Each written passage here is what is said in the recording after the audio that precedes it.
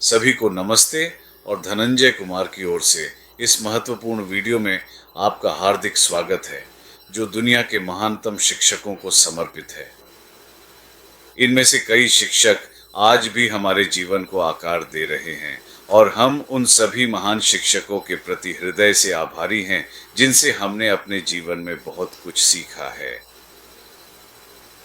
दुर्भाग्यवश जो कुछ हमने अपने जीवन में सीखा है, शायद उसे हमने वास्तव में अपने दैनिक जीवन में लागू नहीं किया है, न ही उस महत्वपूर्ण ज्ञान का उपयोग करके खुद को एक बहुत ऊंचे स्तर तक सफलतापूर्वक पहुंचाया है। तो इस वीडियो में मैं संक्षेप में एक ऐसे महत्वपूर्ण क्षेत्र का विस्तृत वर्णन करूंगा, जिस पर अलग तरह से सोचने और कार्य करने के तरीके पर गंभीरता से विचार करना चाहिए, और यह रेखीयता विशेष रूप से रेखीय प्रक्षेपण से जुड़ा है। इसका अर्थ है कि हम वर्तमान में मौजूद किसी स्थिति या अतीत से अब तक चली आ रही प्रवृत्ति को भविष्य में भी वैसे ही प्रक्षिप्त कर देते हैं, यानी हम वही सोचते और करते रहते हैं, शायद अधिक और उम्मीद है कि बेहतर तरीके से। लेकिन यह एक रेखीय प्रक्षेपण है कि हम संसाधनों का उपयोग कैसे करते हैं। हम मूल रूप से एक संसाधन आधारित समाज और अर्थव्यवस्था हैं, जो संसाधनों पर बहुत अधिक निर्भर करती है और उनका व्यापक उपयोग करती है। इस प्रकार यह एक महत्वपूर्ण विचारणीय बिंदु है। हम अपनी खपत के लिए चीजें बनाने के लिए प्रकृति का उपयोग करते हैं। तो रेखीय वृद्धि का अर्थ है कि हम वही चीजें अधिक मात्रा में करते हैं, भले ही थोड़ा अलग तरीके से, लेकिन मूल रूप से वही काम अधिक करते हैं और लगातार करते रहते हैं, ताकि हमारे पास उपभोग के लिए अधिक चीजें हों और हम अधिक संसाधनों का उपयोग करें और इस प्रक्रिया में उसका एक बड़ा हिस्सा बर्बाद करें। तो यही है रेखीय सोच। हमें विकल्पों के बारे में सोचना चाहिए, वैकल्पिक भविष्य के बारे में, जिसका अर्थ है ऊर्जा उत्पादन के नए और अलग तरीके। उदाहरण के लिए ईंधन या अन्य प्राकृतिक संसाधनों को जलाने के बजाय हम सूर्य से ऊर्जा उत्पन्न कर सकते हैं, या सूर्य द्वारा हम पर बरसाई जा रही ऊर्जा का उपयोग कर सकते हैं। और कई महान वैज्ञानिकों ने यह कल्पना की है कि खाली स्थान, जिसे हम निर्वात कहते हैं, उससे ऊर्जा उत्पन्न की जा सकती है और हमारे भीतर अतिरिक्त ऊर्जा को उत्पन्न करके उसे और भी अधिक बेहतर तरीके से उपयोग किया जा सकता है। तो सोच में एक बदलाव, हमारे दृष्टिकोण में एक बदलाव, किसी तरह हमने इसे रोक दिया है। हमें इसे अपने भीतर और अधिक जीवंत बनाना चाहिए और सोचना, खोज करना, जांचना चाहिए, और जहां संभव हो अपने रास्ते में बदलाव का अनुसरण करना चाहिए। और आज के छोटे बच्चों को एक अलग और नवीन तरीके से सोचने में सक्षम बनाने के लिए एक अत्यंत प्रभावी और महत्वपूर्ण तरीका यह है कि उन्हें कोई ऐसी चुनौती या ऐसा सवाल दिया जाए जो उनके मौजूदा ढांचे और सामान्य वातावरण से पूरी तरह से बाहर हो। आइए अब एक बहुत ही अजीब और विचारोत्तेजक सवाल पूछें। जरा सोचिए, अगर दुनिया अलग होती तो क्या होता? क्या होगा यदि पृथ्वी तेजी से घूम रही हो या धीमी गति से परिक्रमा कर रही हो, या सूर्य के करीब हो या सूर्य से दूर हो? यदि हमारे पास चंद्रमा न होता तो क्या होता? हम कुछ खास रंग क्यों देखते हैं? सफेद रंग हर समय अधिक क्यों दिखाई देता है? अंधकार क्या है? यदि आपको जानवर बनने का मौका मिले तो आप कौन सा जानवर चुनेंगे?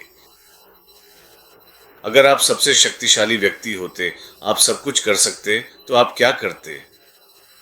या अगर आपके पास कोई शक्ति न होती तब आप क्या करते? मान लीजिए कि यह क्या हो अगर वाला सवाल बच्चों के युवा और जिज्ञासु दिमाग को रेखीय सोच से हटाकर विभिन्न विकल्पों और एक वैकल्पिक भविष्य की ओर ले जाता है। कई को ये बहुत बहुत महत्वपूर्ण है।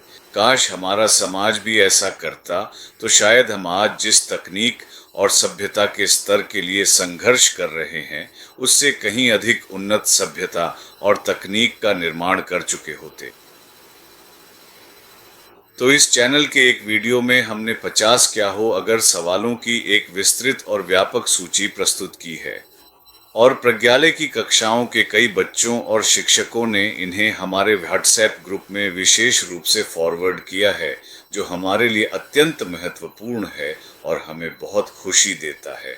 ओके, और बच्चों ने कमाल कर दिखाया है जिसे कई बड़े लोग शायद बेतुका मानते हैं। यह व्यावहारिक नहीं है, इसलिए इसे नजरअंदाज किया जा सकता है, लेकिन बच्चों ने शानदार विचार प्रस्तुत किए हैं और जब शिक्षक उन उत्तरों से निपट रहे हों तो मैं सुझाव दूंगा कि आप इसे और गहराई से खोजें। मान लीजिए एक बच्चा यह विचार लेकर आता है कि अगर मैं एक दिन के लिए कोई जानवर बन सकता तो मैं कौन सा जानवर चुनता। यह एक बहुत ही दिलचस्प और रचनात्मक विचार है। उनमें से एक ने कहा, मैं एक सुंदर तितली या एक फुर्तीली मछली या फिर एक ऊंचाई पर उड़ने वाला पक्षी बनना चाहूंगा। तो इस एक पंक्ति के उत्तर पर ही मत रुकिए, फिर पूछिए ताकि वे आगे सोच सकें। अगर आप एक दिन के लिए पक्षी बनना चाहते हैं तो क्यों? आइए देखें वे क्या जवाब देते हैं। कोई कह सकता है क्योंकि तब मैं स्वतंत्र रूप से उड़ सकता हूँ, आकाश में ऊंचाई तक पहुंच सकता हूँ और इस विशाल धरती को एक अद्भुत और विस्तृत परिप्रेक्ष्य से देख सकता हूँ। यह यात्रा करने के लिए मुझे सड़कों, कारों या ट्रेनों की बिल्कुल भी जरूरत नहीं होगी। मैं बस आसानी से उड़कर जा सकता हूँ खुले आसमान में। वहाँ कोई भी ट्रैफिक जाम नहीं होगा, बिल्कुल भी नहीं। कुछ मजेदार जवाब, शानदार जवाब। या अगर मैं एक दिन के लिए मछली होता तो मैं समुद्र की सबसे गहराई में उसकी तह तक जाता और देखता कि वहाँ क्या है, क्योंकि आमतौर पर हम इतनी गहराई तक नहीं देख पाते दबाव और भार के कारण। तो हम मूल रूप से समुद्र की सतह का ही अन्वेषण करते हैं। तो कृपया इन क्या हो अगर वाले सवालों को देखें और अपनी कक्षाओं में इस्तेमाल करें। और उन क्या हो अगर जैसे सवालों के अलावा कोई एक और बहुत ही दिलचस्प और महत्वपूर्ण विषय को भी गहराई से छू सकता है, और इस पर कुछ विस्तृत किताबें भी लिखी गई हैं कि कैसे वास्तव में बुद्धिमान बच्चे, भले ही वे कुछ गलतियां करें, लेकिन उन गलतियों से बहुत कुछ सीखा जा सकता है और वे उनसे सीखते भी हैं। यह शुरुआत में वह एक बड़ी गलती लगती है, लेकिन लंबे समय में वही सही साबित होती है।